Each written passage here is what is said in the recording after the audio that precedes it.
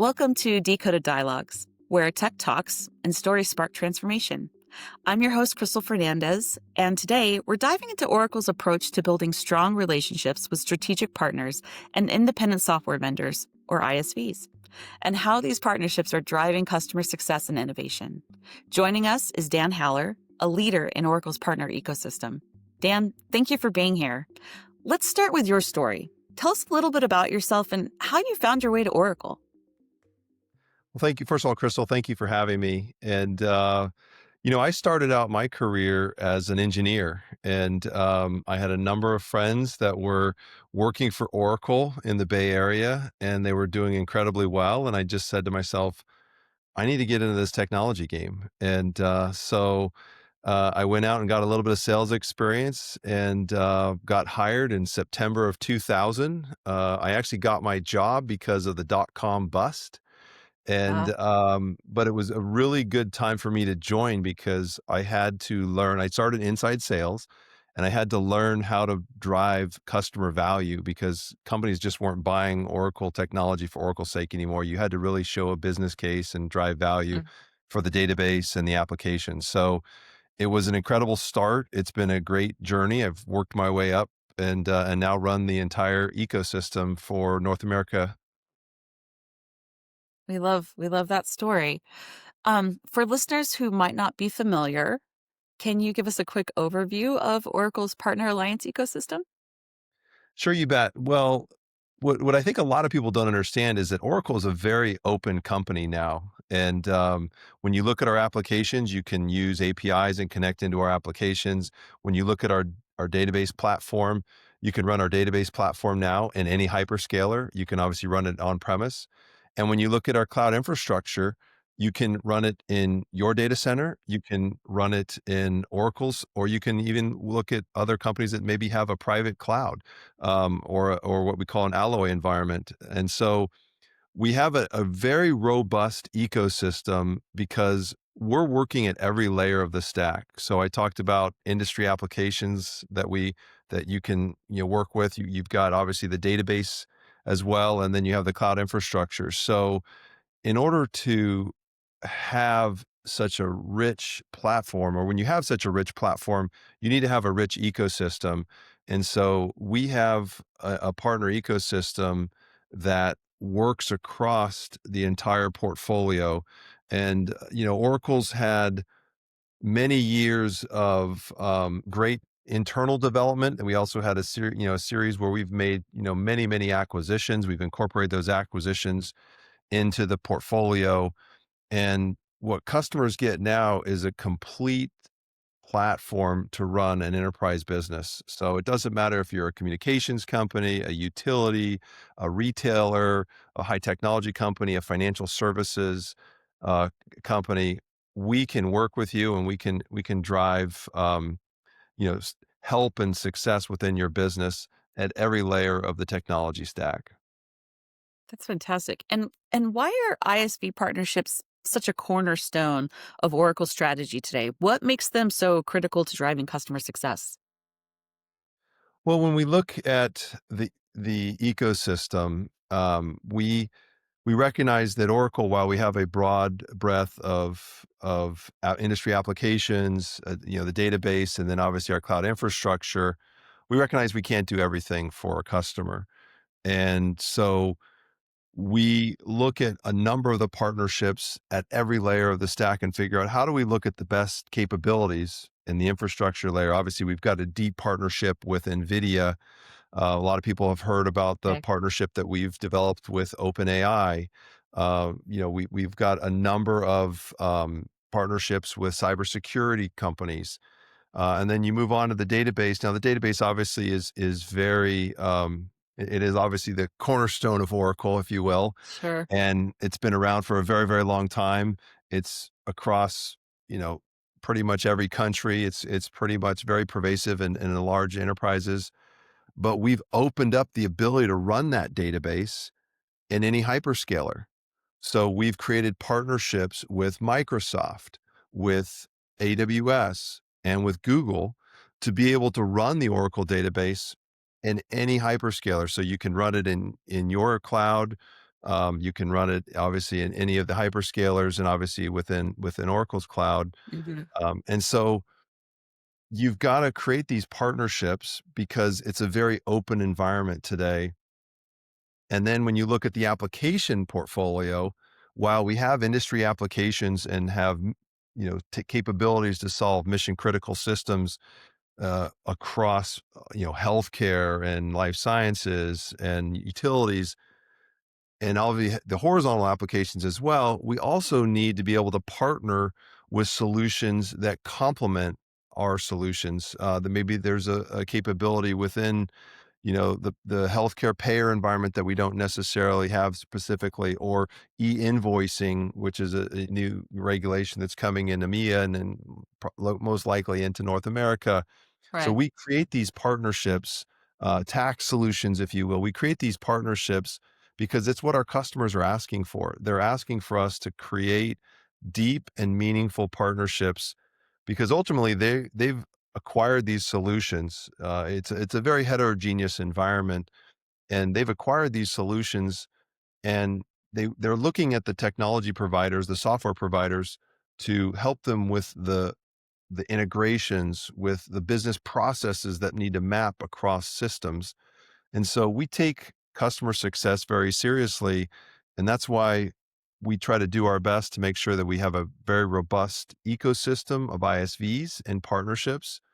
And, we listen to our customers in terms of what they're acquiring that's not necessarily Oracle. And then we look and see how we can improve those alignments and go to markets if that's something that makes sense for the business. So you're not just showing that you or saying that you play nice, you're actually showing that you play well with others. Yeah, we've done, it's funny. It's, I've seen Oracle through the years, right? We've Sure. made a lot of acquisitions, early in my career, with PeopleSoft and Siebel and JD Edwards and a number of SaaS Yeah. companies.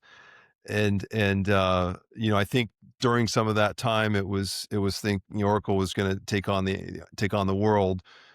But especially in this world of AI now, where Yeah. AI is obviously you can't have a conversation without people talking about AI. It's the It's very buzzword. pervasive, Mhm. but we all know at the core of AI is data.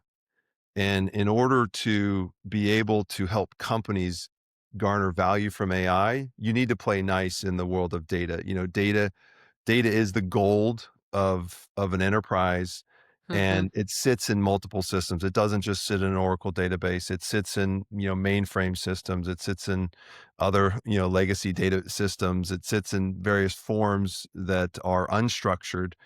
And so you have to have the ability to play nice with all the different software and technology vendors because that's the only way that companies are gonna really garner value out of AI. Yeah. And so that's really the change that Oracle's made over the last several years, to really listen to our customers and recognize that we have to work with, with all the different providers. I think that was really a key part of the decision to allow the database to be in the other hyperscalers. It was something that our customers were asking for. So that ties into like my next question is when you're thinking about growing these relationships with partners and clients, what strategies have proven to be the most effective? You know, I really think that in this virtual world of Mhm. of connecting, we all do a lot of Zoom calls and we're all virtual, but I still find that the way to connect is meeting our partners, meeting our customers in person, understanding their business challenges, understanding what our partners are trying to accomplish. I was in sales for 20 years. I've been in this role for in various forms of this role for the last 4 years. I find myself listening more in this role than even I did in sales because our partners, or whether they be systems implementation partners or ISVs, understanding what they're trying to accomplish, and listening to their needs, really puts us in a different light. And I'll give you an example. I was just at a partner event, and I sat down with a customer. We were all sitting around the table having a drink, and the customer said to me, thank you for spending time with us." And, Mm, I was very touched that, because I was like, this is what I love to do. This is what we need to do, right? In order to build relationships and connections and truly understand what our customers are trying to do and what our partners are trying to accomplish in their business, we need to connect. And, you can do a little bit of that in person. I started my career doing, cold calls over the phone, but when I transitioned to getting connections in person, I recognized how much deeper a connection I could make with individuals, when I was in person. So it's a big push for me to get my teams, my industry alliance teams, and my alliance directors out in front of our customers and our partners to learn more about what they're trying to accomplish and build those relationships face to face. I may seem a little old school, but to me, that's where you build the best relationships. no, I totally understand that. I think there's a lot you can do remotely, but I think at the end of the day, when you're trying to build these, like you said, these closer, more meaningful relationships, it goes a long way to sit down and have a drink with somebody or to just sit down and whiteboard something or just have a conversation face to face. It changes the dynamic of your relationship 100%. Absolutely. Absolutely. So, how do alliance directors work with the Oracle teams and Oracle customers to make sure everyone is aligned and driving industry success? This absolutely ties into what we're just talking about. Yeah, so when I took over this role, I took it over on the application side of the business, Mhm, and, one of the things that I was tasked with was trying to make, the alliance organization a meaningful part of the business by helping our partners drive opportunities and outcomes and leads for the business versus coming to Oracle and saying, "Hey, do you have any deals for me that you need system implementation?" And then also working with ISVs to bring them into the solution. And mhm, so we made a pivot. And then when I took over and managed the technology side of the business, we brought it all together. And so we have alliances in two forms. We have what I call partner development, where we work with the partners to develop them and the solutions that they're trying to bring to market with us and also educate them on our solutions. That's one side of the business where we do partner mhm, development. The other side of the business is really industry go to market, where we work with companies and with partners to understand what's required in that industry. What is hot, or if it's manufacturing and we're working on, the tariffs obviously are a very, very hot topic. mhm. And we're Yeah, talking to our partners to say, hey, we really need to look at our, global trade management solutions, and how do we get those conversations going with our sales teams and our partners and our customers. We have a very large install base within North America, but our customers don't know everything that we do. I mean, the challenge is with the technology changing so quickly, our customers don't necessarily know all that we're doing and all the innovation we're driving. Our partners don't necessarily know. And so I look at the alliance team as an opportunity to help bring that information to the partners and then scale that with the partners and with our sales teams working together to cut or to reach more of our customers about the capabilities and the innovation that we're driving to meet pain points that are coming up in the industry, obviously tariffs being one, but there's many sure. other examples. So it's been really fun for our alliance team to see how they can generate pipeline by working with the partners. And we generated over 1 billion in pipeline with the help of our business development team last year with the application side. I imagine we'll generate a significant amount of pipeline as this kind of one Oracle approach to alliances. So it's been a lot of fun, and I've got great support from my leadership and sales, and it's really about the sales partnership, the alliance team also driving the partnership with our partner ecosystem friends. We have heard quite a bit about One Oracle recently. Can you tell us about that initiative and how it's strengthening your partnerships across the industry? Well, this is something our partners have been asking for a while, and Yeah. it's It's definitely I would say that AI has really, I would say that it made it even more imperative that we create this one Oracle. I talked about the data, Sure. imperative earlier, but the companies are looking for solutions from Oracle. They're looking for us to solve complex business problems in their industries, and that's what we're good at. We're good at solving complex business problems. And sometimes that requires bringing our infrastructure capabilities together with our data platform capabilities, together with our horizontal applications, our Fusion stack, and together with our industry applications. And when all of those sat in different groups, sold by different, senior leaders, it Hmm. made it really difficult to bring that one Oracle solution to the customer to solve a very, very complex business problem. And by bringing all of this together, we call, the one Oracle, we're now meeting our customers where they are. We're now asking them, hey, how do you want to start on your transformation journey?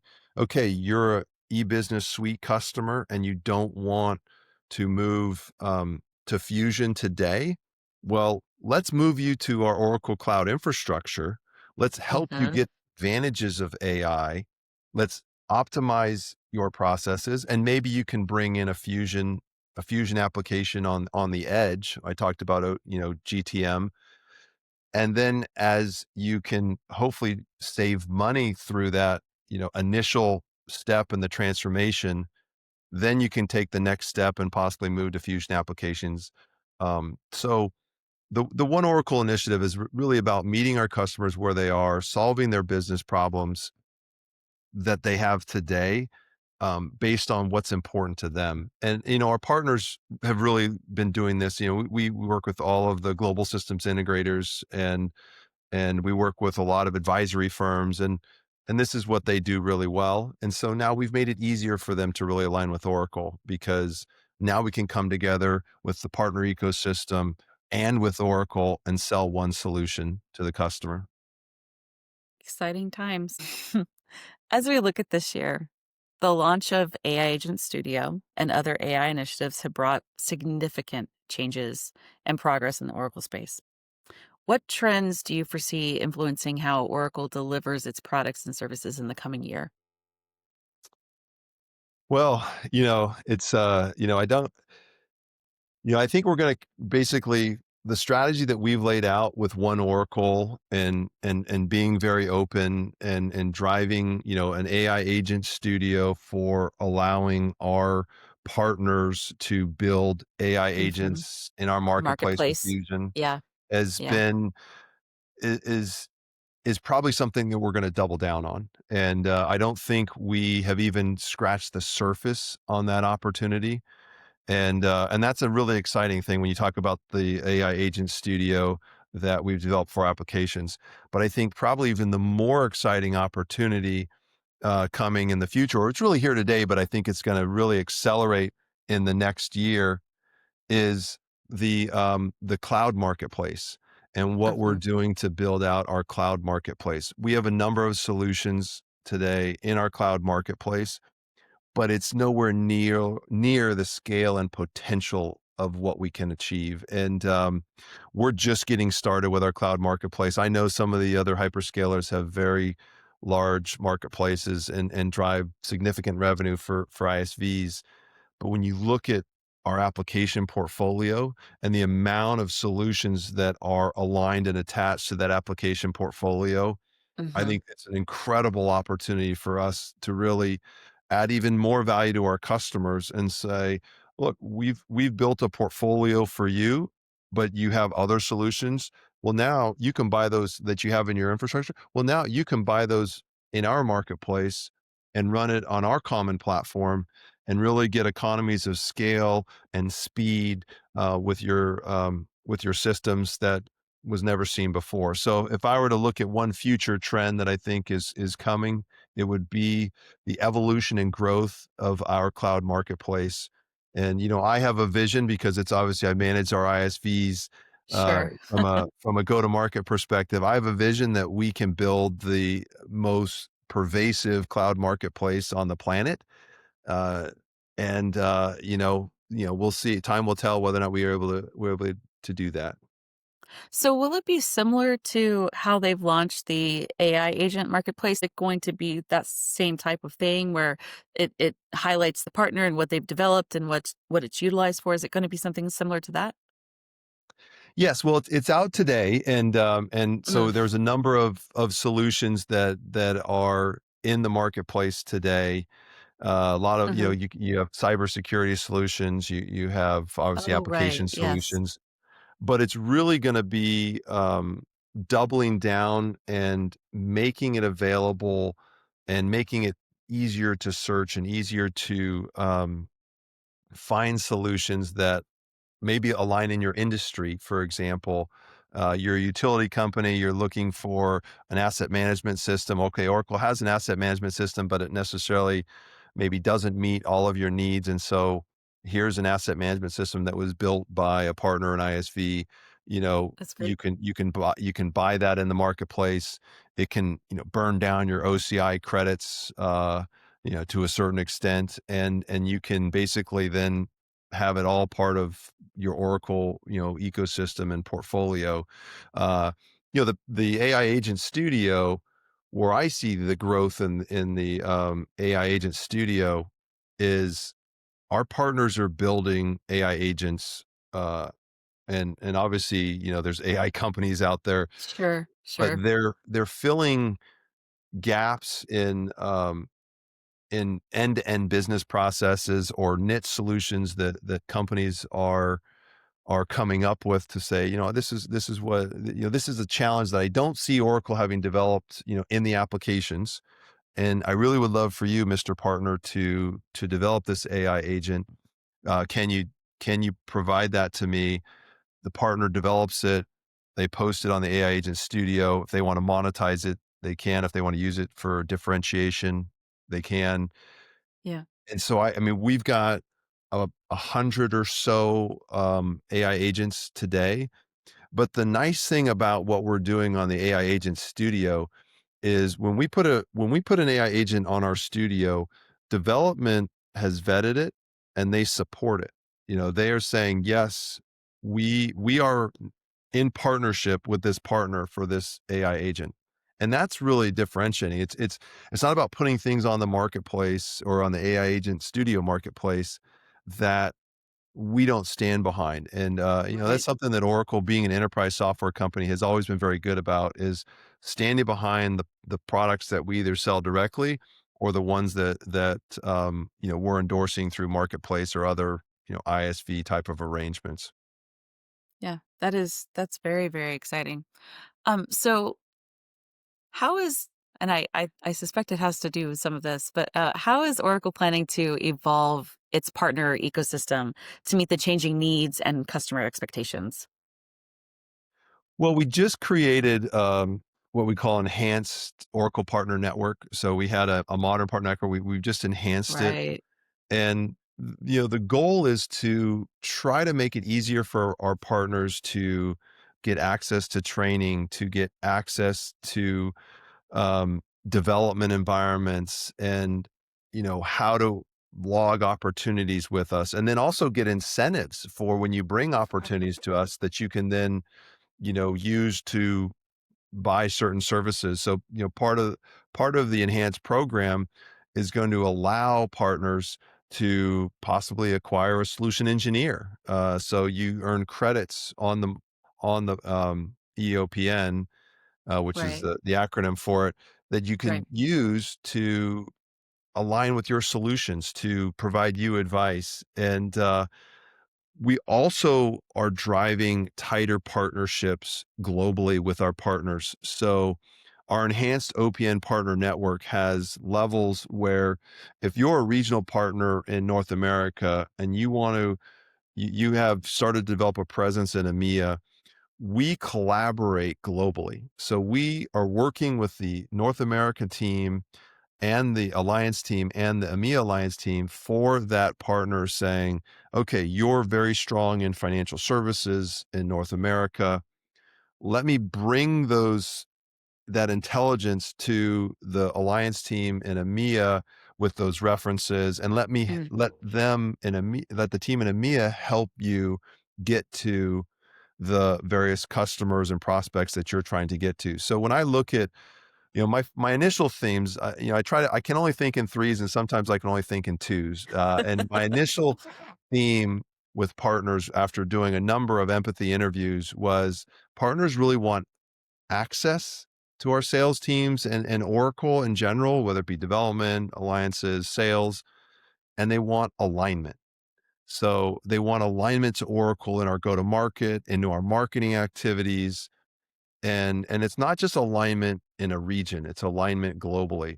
And the last thing I'll mention as part of that alignment is we do a number of marketing events with our partners, and we work with those partners to drive demand for both of us. Rising tide rises all boats, and sure. our partners are doing an incredible job working with us in these events to help cultivate relationships, to help grow the really the mind share that Oracle has with our customers and prospects. Because sometimes our customers and prospects don't want to hear that Oracle's great because Oracle says we're great. They want Right. our partners to endorse what they're thinking and doing with Oracle. And so, doing this in joint marketing events, we have joint labs that we do with our customers. We do AI workshops. We're providing free AI workshops to customers and helping them in their AI journey.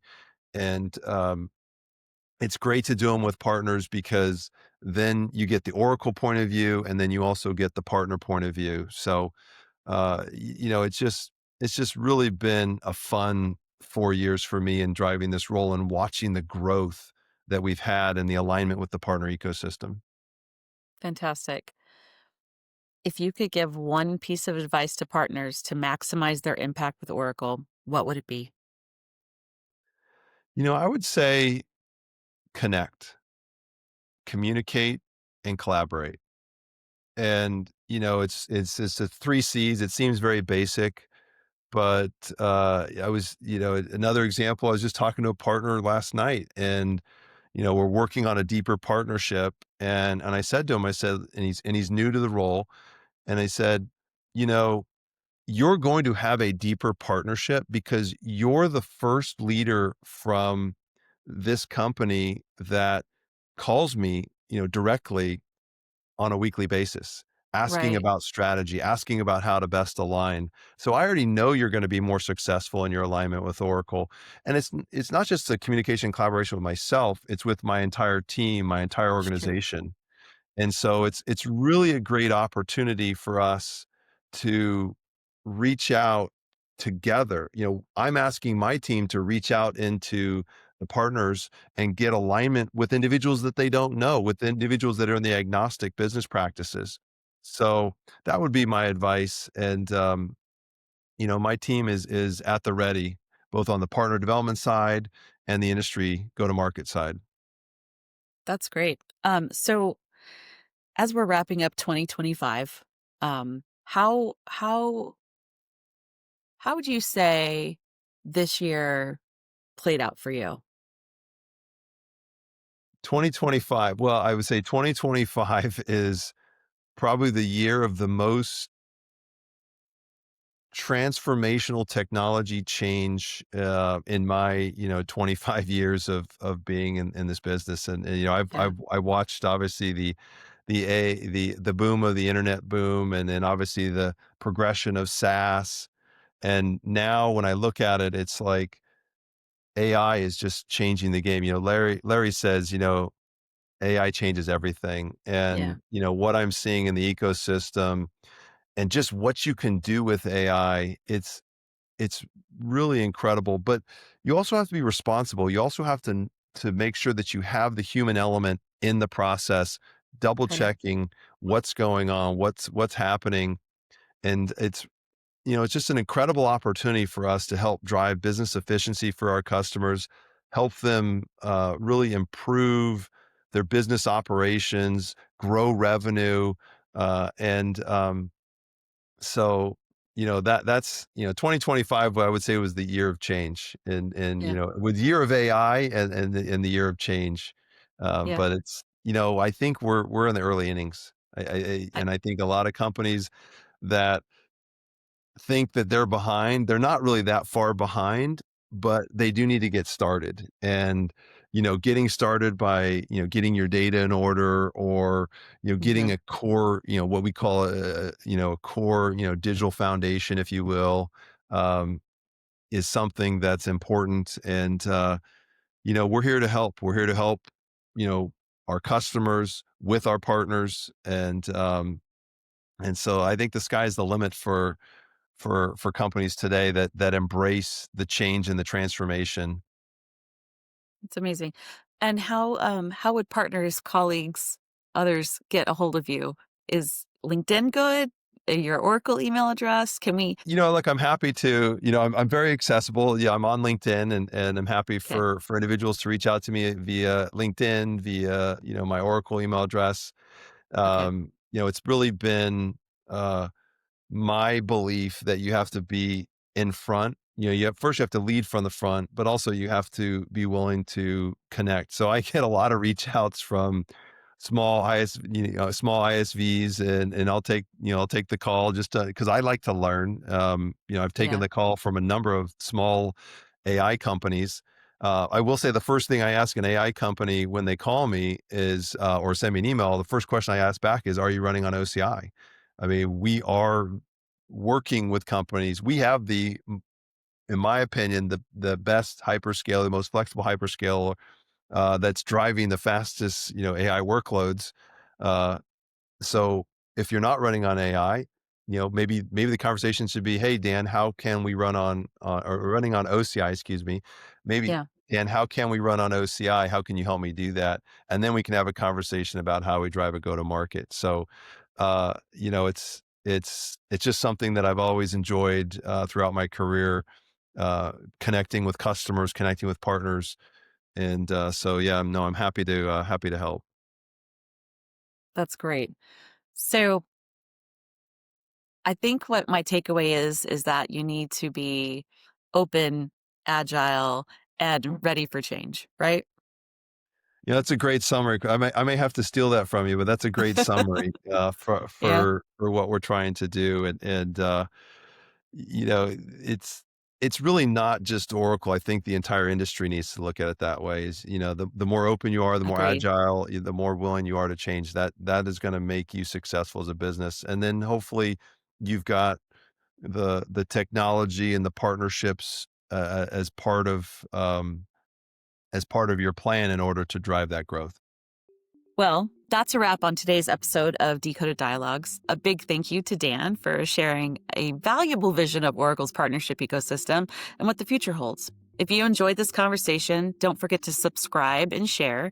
And until next time, keep decoding the future. Thank you, Dan. Thank you, Crystal.